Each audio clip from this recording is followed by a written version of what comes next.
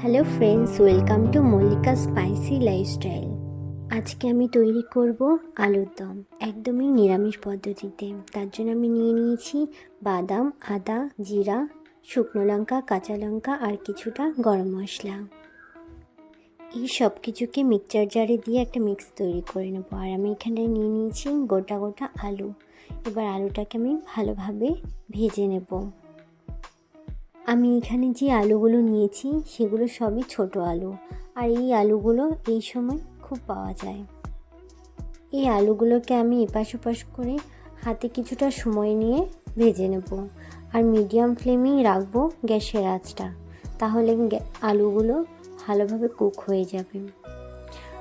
এখানে আমার আলুটা ভাজা হয়ে গেছে, দেখো কিছুটা লাল লাল করে আমি ভেজে নিয়েছি আলুগুলো। এবার আমি আলুগুলোকে তুলে নেব। এরপর আলু ভাজার পর যে তেলটা রয়েছে তাতে আমি দিয়ে দিয়েছি কিছুটা জিরা, আর এই জিরাটা লাল লাল হয়ে আসলে তাতে আমি দিয়ে দেবো মিক্সচার করে রাখা যে মশলাটা আমি প্রথমে করে রেখেছিলাম, সেই মশলাটা এখানে আমি দিয়ে দিলাম। মশলাটাকে ভালোভাবে নাড়াচাড়া করে আমি এতে দিয়ে দেব 1 চামচ হলুদ,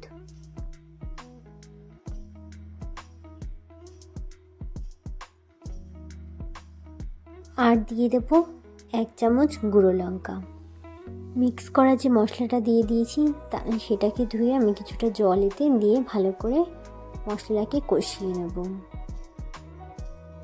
মশলাটার থেকে তেল ছাড়তে শুরু করে দিয়েছে। আমি এখন দিয়ে দেব 1 থেকে 1.5 চামচ মতো লবণ।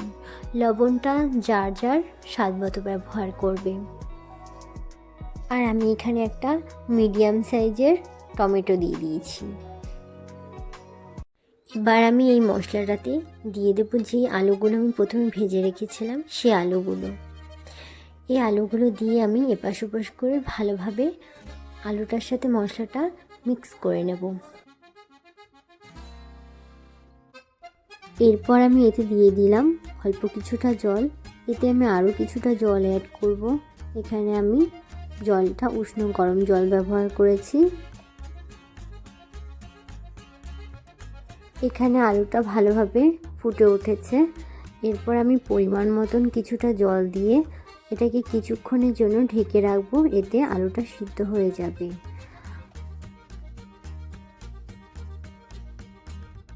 তাই রাতের বেলা অন্ধকার দেখাচ্ছে, আর এখানে আমি দিয়ে দিয়েছি কিছুটা ধনেপাতা কুচি, দিয়ে আমি ভালোভাবে নেড়ে নেব।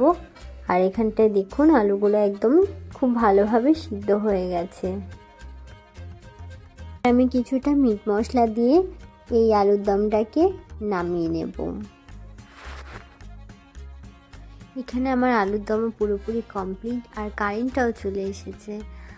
এখন আমি আপনাদের সার্ভ করে দেখিয়ে দেব আলুর দমটা।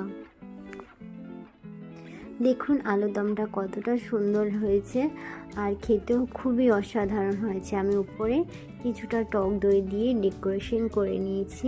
আপনারাই দেখে বলুন এরকম আলুর দম বাড়িতে তৈরি করলে সবার কতটা পছন্দ হবে। তাই আপনারাও একবার হলেও বাড়িতে এটা ট্রাই করে দেখবেন।